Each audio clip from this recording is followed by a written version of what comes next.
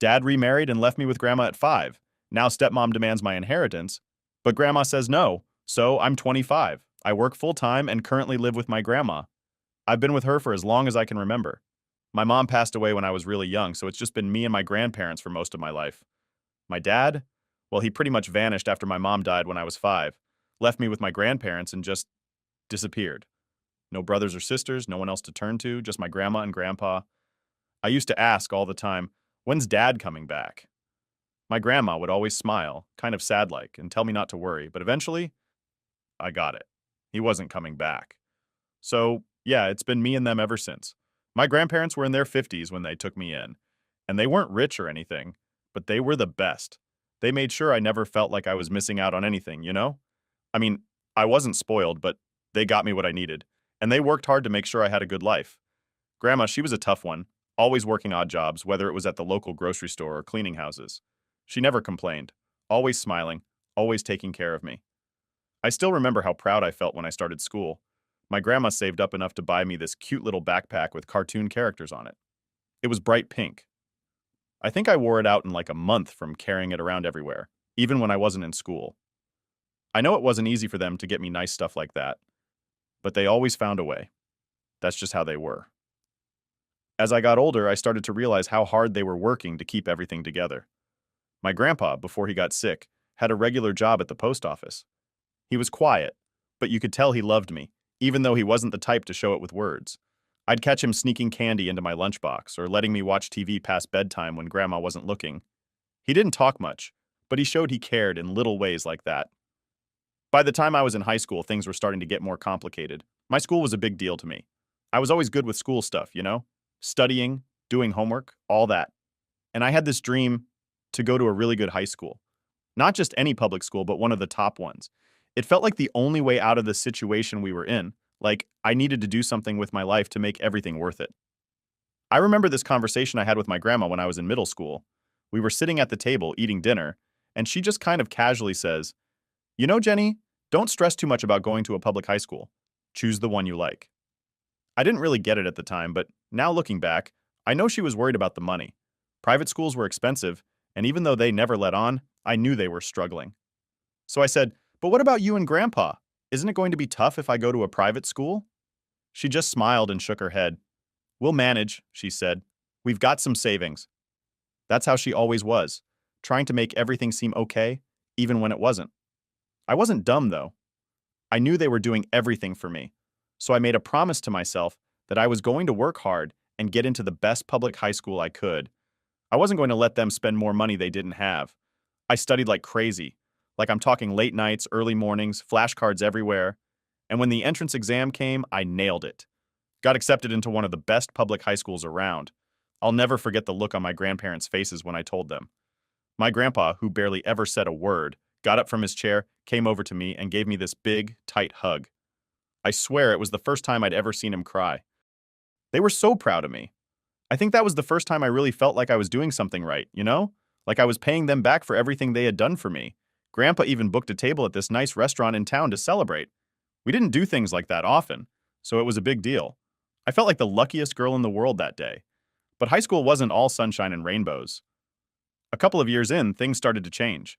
I'd come home after school and the house felt different, like this cloud was hanging over everything. I remember walking into the kitchen one day and seeing my grandma sitting at the table, her head in her hands. I asked her what was wrong, and she looked up at me with these tired eyes and said, "Grandpa's sick." I didn't know what to say. I mean, what do you say to that? I was just a teenager, and I didn't really understand how serious it was at first. But it got bad. Real bad. Grandpa was in and out of the hospital, and every time he came home, he looked worse than before. He stopped working, and Grandma had to pick up more hours at her jobs just to keep things running.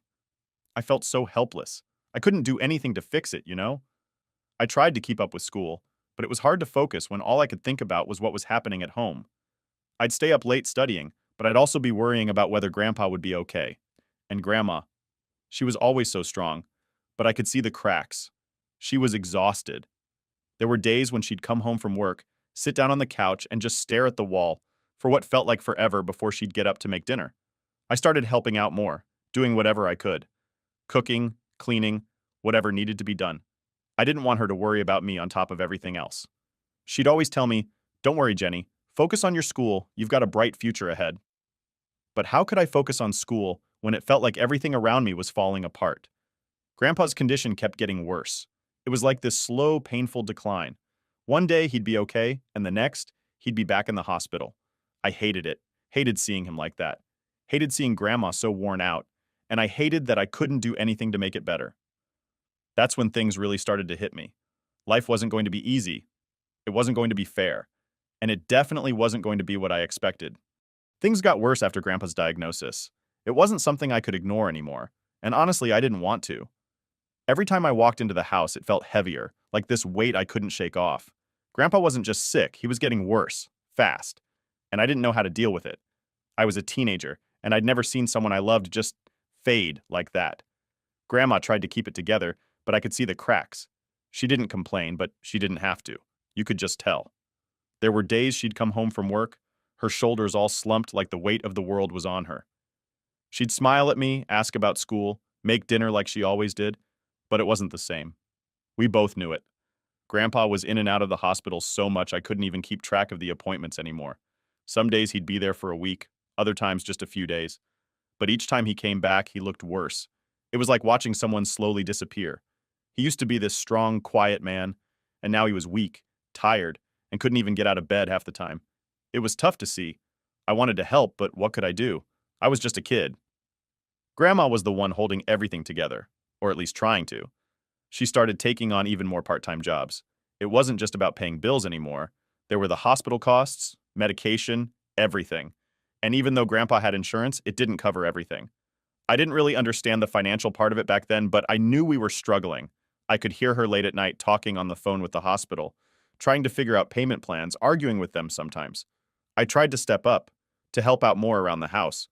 I'd make dinner if she was late. I'd clean, do laundry, anything that I thought might take some of the pressure off. I even got a part-time job at the local store to bring in a little extra cash. It wasn't much, but it was something.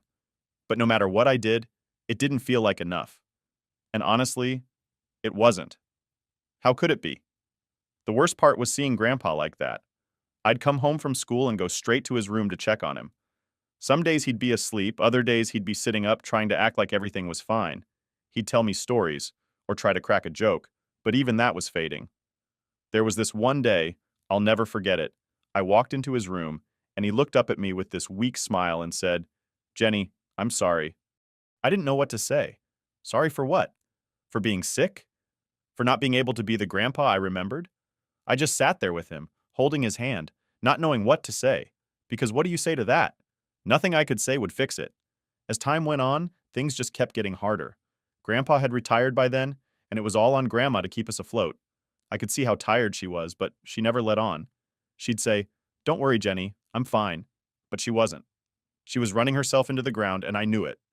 There were days when she'd come home from work, and I could tell she'd been crying, but she'd never admit it. That wasn't her style. And then there was the hospital. It felt like every other day, there was some new complication with Grandpa's health. The doctors would explain things to me, but I didn't understand half of it. I just knew it wasn't good. One night, Grandma and I went to visit him, and he was hooked up to all these machines. He was barely awake, and when he saw us, he tried to smile, but he couldn't. That's when it hit me, like really hit me, that he wasn't going to get better. I didn't know how to deal with that. How do you prepare yourself for losing someone you've lived with your whole life? Someone who's been there every day, even if they weren't the loud, talkative type. I felt like I was losing my whole foundation. I'd go to school, trying to focus, trying to act like everything was normal, but it wasn't. My friends didn't really get it. They'd ask, "How's your grandpa?" And I'd just say, "He's okay." Because what else could I say? No one my age was dealing with this stuff. They were worried about grades or what they were doing over the weekend, and here I was, worrying about whether my grandpa would make it through the night. Grandma started talking about applying for assistance from the government. We'd always been able to manage, but now, we needed help. I didn't know much about how that worked, but I could tell she didn't want to do it. She was proud, and asking for help wasn't in her nature, but we didn't have a choice. I remember the day she went to the city office to apply. She came home with this big stack of papers, all these forms she had to fill out, and I could see the frustration in her eyes. "It's confusing," she said, sitting at the table, staring at all the paperwork. I sat down with her and helped as much as I could, but it felt overwhelming. Eventually, we got through it, and a few weeks later, we got the approval. I thought that would make things easier, but it didn't. It just made everything feel more real. We were now officially on assistance, and that felt like a loss in itself. As Grandpa's condition got worse, I could see the toll it was taking on Grandma. She was still working, still doing everything she could, but it wasn't enough. It never was. There was one night after Grandpa had another bad episode where she just broke down. I'd never seen her like that. She sat at the kitchen table, her hands covering her face, and just cried. I didn't know what to do. I wanted to comfort her, to tell her everything would be okay, but I couldn't, because I didn't believe that myself. We were running on empty, and it felt like no matter how hard we tried, we were just sinking deeper. I was scared. Scared for Grandpa, scared for Grandma, and honestly, scared for myself. What would happen if we lost him? How would we manage? I had all these questions swirling around in my head and no answers.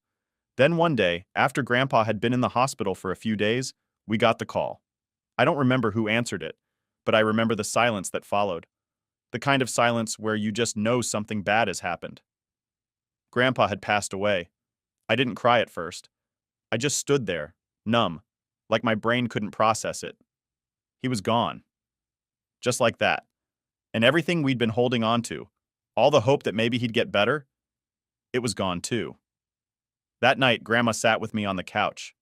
She didn't say much, just held my hand. And for the first time in a long time, I felt like a kid again.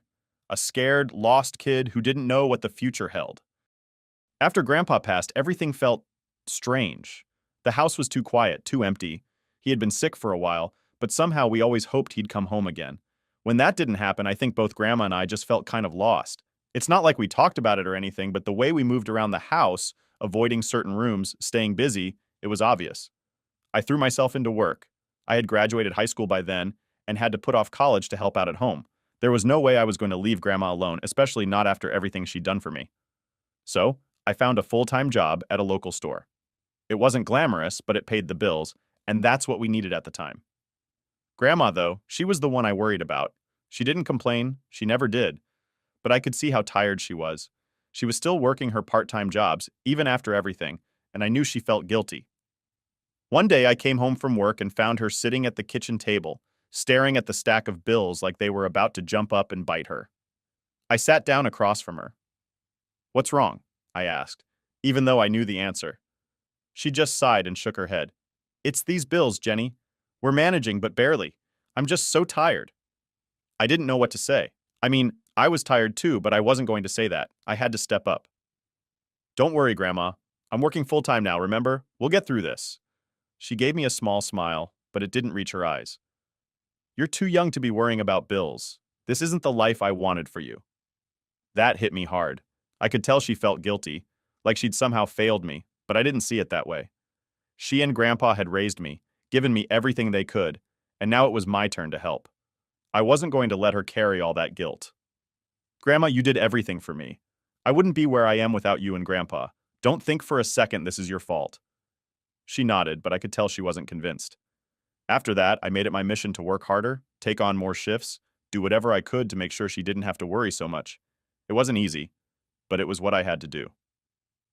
A few months went by, and things started to settle into a routine. Work, bills, sleep, repeat. It wasn't much of a life, but it was ours. Then one day, out of nowhere, we got a phone call. It was weird because nobody ever called us. I answered, and on the other end was this woman I didn't recognize. "Hello, is this Jennifer?" she asked. "Yeah, who's this?" There was a pause, and then she said, I'm your father's wife." My stomach dropped. My father? I hadn't heard from him in, 20 years? And now all of a sudden his wife was calling me? I didn't even know he was married. "Okay," I said slowly, not sure what to expect. "I'm sorry to tell you this, but your father passed away in a car accident." I didn't feel anything. I mean, what was I supposed to feel? The guy had abandoned me when I was a kid, and now I was supposed to care that he was dead? "I see," I said, trying to keep my voice steady. She kept talking, but I barely listened. Something about the accident, the funeral, blah blah. It wasn't until she said something about inheritance that I snapped back to attention. "Inheritance?" I repeated. "Yes," she said, and I could hear the tension in her voice. "He left behind some assets, and as his biological child, you have a claim to them. Now I was confused. This man hadn't been in my life for years, and suddenly I was entitled to his money? It didn't feel real. I didn't even want anything from him. Why would I? But then she said something that really rubbed me the wrong way. Would you consider giving up your inheritance rights? It would make things easier for us. I mean, for me. We don't have any kids, and your claim complicates things. I couldn't believe it. She didn't even try to hide what this was about. It wasn't about my father's memory or closure or anything like that. It was about money, and not for me, but for her. She wanted me to just walk away, pretend like I didn't exist so she could have it all to herself. No, I said firmly. There was a pause. No? That's right, I said, my voice stronger now. I'm not giving up anything. I didn't even know about this inheritance. But now that I do, I'm not just going to give it up because it's convenient for you. She didn't like that answer. But you didn't even have a relationship with him. What difference does it make to you? That hit a nerve. You're right, I said. I didn't have a relationship with him. He left me with my grandparents and disappeared. But that doesn't mean I don't deserve what's rightfully mine. I could hear her fuming on the other end of the line. This isn't fair, she muttered. I don't care if it's fair to you, I snapped. He was my father, whether he acted like it or not, and I have a right to whatever he left behind. She hung up after that. I sat there for a few minutes, trying to process what had just happened. I hadn't thought about my father in years. And now, all of a sudden, his death was bringing all this drama into my life. I told Grandma about the call, and she wasn't surprised. I always knew your father was selfish, she said. But this, trying to take everything for herself, that's low, even for him. We decided to consult a lawyer, just to make sure we knew what we were getting into. I wasn't sure how much money we were talking about, but it didn't matter. I wasn't going to back down. Not after everything we'd been through. I wasn't about to let some stranger, someone who didn't even know me, take away something that, for once, was supposed to be mine. After the phone call with my dad's wife, things escalated fast. It wasn't just about my inheritance claim anymore. It became this weird battle between me, someone who hadn't even seen her father in over 2 decades, and his second wife, who clearly wanted everything for herself. I wasn't trying to be greedy, but the way she came at me, demanding I give up my rights without even a proper conversation, rubbed me the wrong way. So, I dug my heels in. The first thing I did after talking to Grandma was call the family lawyer. He was actually a cousin of ours, and I'd only met him a few times growing up, but Grandma swore by him. She called him a straight shooter, which basically meant he didn't mess around with nonsense. I liked that. I didn't want drama. I just wanted to know what my rights were and where I stood in all of this. I sat down with him a few days later, and he went through everything with me. My dad had left behind a decent amount of assets, some savings, property, a few investments here and there. It wasn't like he was rolling in it, but it was more than I expected from someone who had basically ghosted me for most of my life. The part that got me was how much of this was a surprise. I knew nothing about his life after he left. The lawyer said the second wife had been living pretty well, and now that my dad was gone, she wanted to hold on to everything. So, what do I do? I asked the lawyer, sitting in his stuffy office, feeling a little out of place. I didn't know anything about legal stuff, especially something like inheritance. I mean, this wasn't exactly something we learned about in school. Well, he said, adjusting his glasses and looking through some papers, you have a claim to half of your father's assets. As his biological child, you're entitled to that, unless you choose to waive your rights. I shook my head. I'm not waiving anything. He smiled a little. I didn't think so, but the other side, meaning your father's wife, is likely to contest it. This could get messy. I didn't really care if it got messy. I wasn't going to let her bully me out of what was mine. But I had to think of Grandma too. She was still recovering from everything with Grandpa, and I didn't want to drag her into some legal battle. But when I talked to her about it, she was all for me standing my ground. You deserve this, Jenny, she said firmly. After everything you've been through, don't let that woman take what's yours. So that was it. We were in. The lawyer filed the necessary paperwork, and it wasn't long before the second wife's lawyer got in touch with mine. Apparently, she wasn't happy about me staking a claim and was prepared to fight. I tried not to think too much about it, but it was hard. I'd come home from work every day wondering if there'd be another call, another piece of paperwork, something else to deal with. It started to consume a lot of my time, which I guess is what legal stuff does. Then one day, there was a knock at the door. I wasn't expecting anyone, and Grandma was out running errands. I opened the door, and there she was, my dad's wife standing right on my doorstep. Can we talk? She asked, looking all stressed out, like this whole situation was wearing her down. I didn't really want to, but I figured I'd hear her out. All right, I said, stepping aside so she could come in. We sat at the kitchen table, the same table where Grandma and I had talked about everything just weeks before. It felt weird, like I was letting the enemy into my house, but I was curious about what she had to say. I know this must be strange for you, she started, fidgeting with her hands. You didn't have a relationship with your father, so why are you pushing this? Her tone wasn't aggressive, but it was clear she was trying to guilt me into backing down. I wasn't having it. I didn't have a relationship with him because he left me, I said, keeping my voice steady. But that doesn't mean I don't have a right to what he left behind, she sighed. But I was his wife. I was there for him when no one else was. I'm not saying you don't deserve something, I replied. But I'm his daughter, and I'm not giving up my rights just because it's inconvenient for you. Her face tightened. Inconvenient? You have no idea what this has been like for me. Losing him, dealing with all of this, and now this inheritance battle. You don't even need the money. I felt my blood boil a little at that. How did she know what I needed? She didn't know my life, didn't know the struggles Grandma and I had gone through.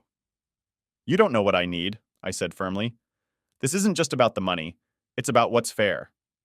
She didn't like that answer, but she didn't push back as hard as I thought she would. Instead, she just looked tired. I just want this to be over, she muttered. Well, it'll be over when we settle this properly, I said, not backing down. I'm not giving in just to make things easier for you. There was a long silence after that. She stared down at the table, and I could tell she was trying to figure out what to say next. But whatever she was thinking, she kept it to herself. After a few more minutes of awkward silence, she stood up. I hope you reconsider, she said, her voice flat, like she knew I wouldn't. I didn't say anything as she left, just watched her walk out the door, feeling this weird mix of anger and confusion. I didn't want to fight with her, but I wasn't going to let her push me around either. When Grandma got home later, I told her about the visit. She just shook her head. She's desperate, Grandma said, but don't let that change your mind. You're doing the right thing. I hoped she was right. I didn't like how things were playing out, but I knew one thing for sure. I wasn't going to let anyone take advantage of me. Not now, not ever again. So after the visit from my dad's wife, things got even more complicated. The legal stuff was already in motion, and I knew we weren't backing down. I didn't hear from her again directly, but my lawyer sure did. He started getting all these aggressive letters from her side, trying to push for a quick settlement, basically trying to get me to give up. But I wasn't budging. The thing is, this whole situation had started to wear on me. I wasn't sleeping great, and every time the phone rang, I'd get this knot in my stomach, worried it was more drama about the inheritance. Grandma kept telling me to stay strong, but I could tell she was getting tired too. We didn't have the luxury to ignore it. Every day felt like there was a new letter, a new request from their lawyer trying to get me to give up, and I was starting to feel like I was stuck in a never-ending battle. Then, out of nowhere, my lawyer called me one afternoon while I was at work. We've got a problem, he said, his voice all tense. I immediately felt my stomach drop. What now? I asked, already bracing for the worst. She's contesting your claim, he explained. She's saying that your father didn't want you to get anything, that he specifically wanted it all to go to her. I was stunned. What? How can she say that? There's no will that says that, right? He sighed. Right, but she's claiming that was his intent, that he just never got around to putting it in writing. I couldn't believe it. It felt like every time I thought things were starting to settle, they found a new way to stir it all up again. So what do we do now? I asked, feeling more frustrated than anything. We fight it, he said simply. She can claim whatever she wants, but unless she's got solid proof, it's not going to hold up in court. It's a scare tactic, plain and simple. I nodded, even though he couldn't see me. I knew he was right, but it didn't make it any easier to deal with. Every step of this process was just dragging out, making everything more exhausting. Weeks passed, and we kept going back and forth with their lawyers. At one point, they even tried to say I wasn't really his daughter. Yeah, seriously. They were that desperate to get me out of the picture. I couldn't believe the lengths they were going to just to keep me from getting what was mine. I remember sitting down with Grandma one night, feeling completely drained. I don't even know why I'm doing this anymore, I told her, slumping down on the couch. Grandma gave me this look like she knew exactly how I was feeling. You're doing this because it's the right thing, she said, her voice firm. Don't let them bully you out of what's yours. Your father might not have been in your life, but that doesn't mean you don't deserve your share. She was right, but it was hard to keep that in mind when it felt like the fight was never going to end. Still, I kept going. We filed responses, showed up to meetings, and basically just kept pushing forward. Then, one day, I got a call from my lawyer that changed everything. They're offering a settlement, he said, his tone surprised. A settlement? I repeated, not quite believing it. What kind of settlement? They're offering to split everything 50-50, no further contest, he explained. They'll drop all their claims, and you'll get half of the estate. I sat there, stunned. After all the fighting, all the back and forth, they were finally willing to settle. I didn't know what to say at first. Part of me felt like maybe I should have kept pushing. Maybe I should have held out for more. But the other part of me was just relieved that this might finally be over. What do you think? I asked him. I think it's a fair offer, he said. It's what you were entitled to from the start, and it's better than dragging this through court for another year. I nodded. Okay, let's take it. When I told Grandma about the settlement, she looked relieved too. I'm proud of you, she said, smiling at me. You stood your ground. That's what matters. And just like that, it was over. The paperwork was filed, and within a few weeks, the estate was officially divided. I didn't feel the rush of victory or triumph that I thought I might. It was more like this quiet relief, like a weight I'd been carrying around for months had finally been lifted. We got our share, and it was enough to take care of the bills, put some savings away, and finally let Grandma retire from all those part-time jobs she'd been working. That was the best part of all of this. She didn't have to struggle anymore, and for the first time in a long time, I felt like things were going to be okay. I thought a lot about my dad after everything was settled. Part of me still couldn't believe how things had played out. He wasn't a part of my life, hadn't been there for me or Grandma, but in the end he'd left something behind. Maybe it wasn't intentional. Maybe he never meant for me to get anything, but it didn't really matter anymore. I had my life, and I had my family, my real family, the ones who had always been there for me. When I looked at Grandma, finally resting after years of hard work, I knew we had made the right choice. It wasn't about the money, not really. It was about standing up for ourselves and not letting anyone take advantage of us. My dad's wife might have wanted it all, but in the end, we got what we deserved. And that was enough for me. Update. It's funny how things change after everything calms down. After all the drama with the inheritance was finally over, life kind of just moved on. I thought I'd feel different, like I'd have this big moment where I'd finally be able to relax and breathe. And I did sort of, but not in the way I expected. After we got our share of the inheritance, I focused on making sure Grandma was taken care of. That was always the goal, really. I wanted her to be comfortable, to not have to worry about money or bills or any of that anymore. She'd worked so hard her whole life, especially after Grandpa got sick, and now she didn't have to anymore. That alone made all the stress and fights worth it. But honestly, once everything settled, I found myself feeling kind of empty. It's weird, right? I'd spent so much time fighting, pushing through all the lawyer stuff, and thinking about my dad and his wife that when it was all done, I didn't really know what to do with myself. I guess part of me had always been waiting for some kind of closure, like maybe I'd get some answers about why my dad left or what his life had been like after he disappeared. But none of that ever came. There was no big revelation, no final piece of the puzzle that made everything make sense. He was just gone. And that was that. One day, Grandma and I were sitting on the porch, just watching the sun go down. It was one of those quiet moments where neither of us said much, but I knew we were both thinking about everything that had happened. You did good, Jenny, she said out of nowhere, her voice soft but firm. I looked over at her and smiled. Thanks, Grandma. She nodded and then said something I didn't expect. It's time for you to start thinking about yourself now. You've been taking care of everyone else for so long, but you've got a whole life ahead of you. I didn't really know what to say to that. She was right, of course. I had spent so much time worrying about everyone else, I hadn't really stopped to think about what I wanted. But now, for the first time, I felt like maybe I could.